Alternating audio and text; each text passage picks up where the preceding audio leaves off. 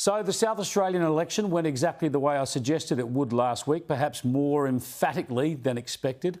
And I outlined the reasons this would happen last week. I won't rehash all that tonight, except to say Labor and its leader Peter Malinauskas locked onto mainstream concerns and mainstream issues, while the Liberal moderates increasingly, as is their wont, treated the mainstream with disdain. To this end, Malinauskas was and is more mainstream certainly than the Liberals' outgoing Stephen Marshall. That's the cardinal sin of politics, forgetting the mainstream. Malinauskas is certainly socially conservative and he'll govern for the sensible mainstream, not the silly socialist left. I mean, have a listen to this from yesterday. I want to work collaboratively with all elements of our community, but I said from the start that I was going to be a pro-business Labor leader. I've already been in touch with some business leaders this morning, and I'll be speaking to more throughout the course of the day and in days ahead. I do believe that our economy works best when we achieve the right balance between the interests of capital and labour. Look, and I can tell you the South Australian businessmen I spoke to over the weekend, business people, who will be happy to take his call because they didn't hear too much from Stephen Marshall. Look, the Liberals in South Australia rejected a nuclear industry from opposition when Labor was prepared to consider one. And then when they got into government, they rejected Conservative MPs. They railed against Christians joining their party. They liberalised abortion and euthanasia laws. They went with the zeitgeist on climate and energy. They axed a V8 supercar race and talked about replacing it with an electric car race.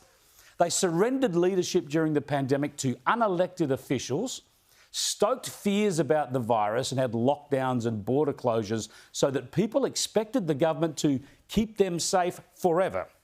They filled their parliament with time servers and factional hacks. They never laid a glove on Labor. They had MPs in strife for fraud, boozy behaviour, travel rorts and alleged conflicts of interest. Lost some of those MPs to the crossbenchers. They ran a lacklustre campaign where Marshall wanted to be re-elected because he'd done a pretty good job on the economy. And then they wonder why they lost. The Liberals in South Australia are going to go back into turmoil and bitter recriminations now. The Liberals can only win when they run on right-of-centre mainstream issues. They drift to the left. They seek to please the progressive media and Twitter crowd at their peril. And if they're more focused on themselves and their tedious factional rivalries than they are on the day-to-day concerns of voters, well, then voters just might notice. I mean, have a look at this cartoon the South Australian Liberals were sharing amongst themselves yesterday. It says, shouldn't voters have to pass an intelligence test? You don't have to be intelligent to vote, is the answer. What if there are more stupid people than intelligent people, goes the next question. Then Labor wins, is the punchline. Says it all, doesn't it?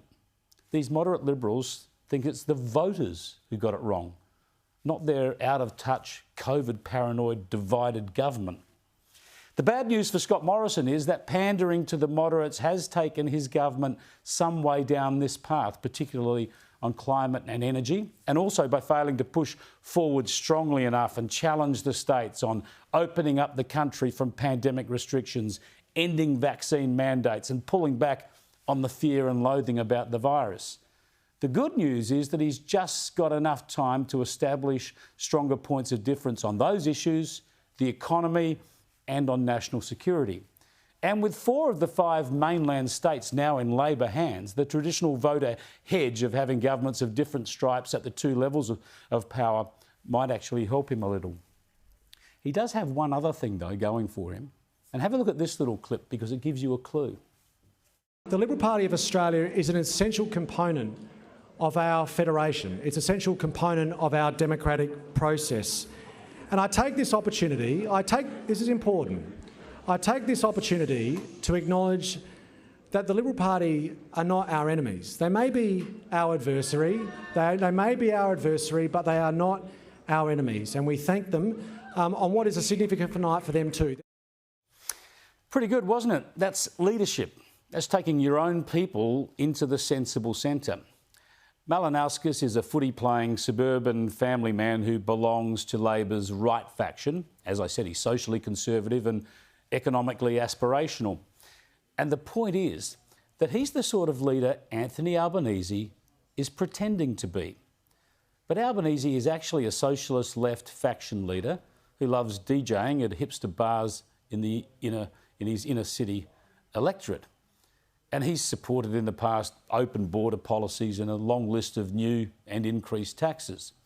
No amount of makeovers and picture shoots can change the politician he actually is, as he tries to convince voters that he's more like Malinauskas. So that's where Morrison is lucky. Lucky he's up against socialist left Albo and not Labor right Malinauskas.